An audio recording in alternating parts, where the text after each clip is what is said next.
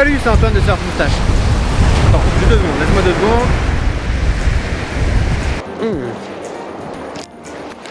Ah, voilà, là on est mieux.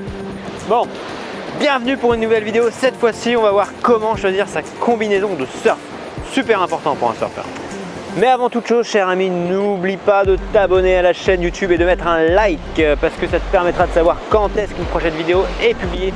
Et ça, c'est super important. Ouais, super important. La première chose à prendre en compte quand tu choisis une combinaison, ça va être l'épaisseur en fait de la combinaison qui correspond à la température de l'eau de ton spot. Par exemple, pour une 5.3, on va aller chercher des eaux entre 8 et 12 degrés. Ah, ça caille, moi je sais. Une 4.3, là on est un peu plus chaud là. Là on va être sur du 12, 16 degrés, c'est pas non plus les tropiques, mais c'est un peu mieux. La 3.2, ça va être du 16 à 20 degrés. Donc là on est plus sur un été en Bretagne. Voilà, mais c'est toujours bien. 3.2, c'est pas beaucoup de néoprène, donc c'est pas mal. Et le must, mais on l'a pas tout le temps, ça va être la 2.2. Là on est sur du plus de 20 degrés. Plus de 20 degrés, là ça commence à causer. Et enfin l'ultime, c'est le board short. Enfin, sans compter le surfeur nudiste. Ouais, ça va pour être ce que tu veux. La deuxième chose, c'est est-ce que la combinaison est à ta taille? Ouais, tu vas me dire logique, je sais. Mais est-ce que tu sais comment savoir si la combinaison est à ta taille?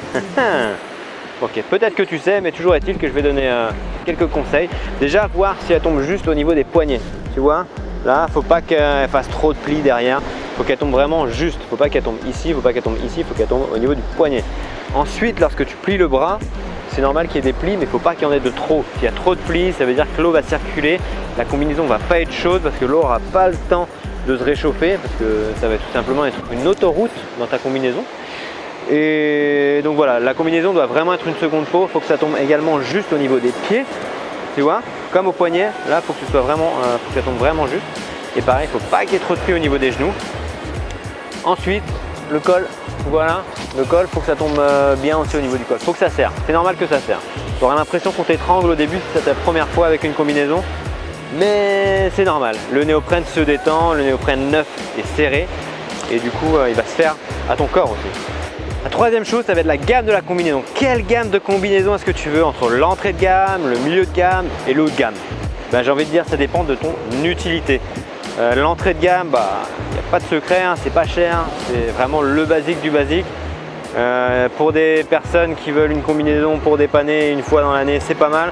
Mais après, si tu commences à avoir une pratique plus fréquente que vraiment ponctuelle, c'est pas mal de partir sur une combinaison milieu de gamme. Milieu de gamme, au moins tu auras un néoprène plus souple, donc pour surfer, pour être à l'aise dans tes mouvements, c'est pas mal.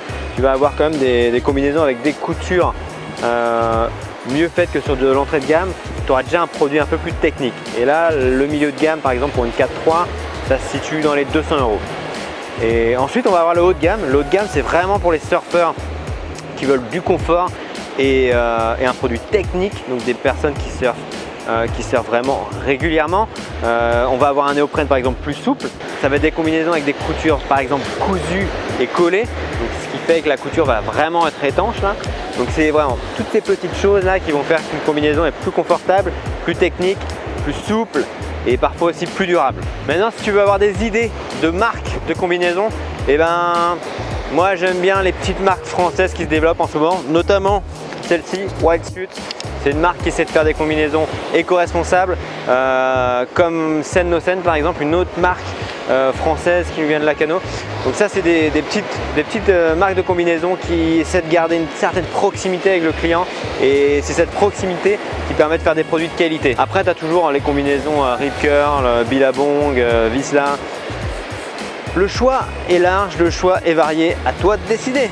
Ça y est, c'est la fin de cette vidéo. Moi, j'ai assez parlé, du coup, je vais partir faire un petit plouf. Et toi, abonne-toi, like, et puis on se revoit dans une prochaine vidéo. Youhou!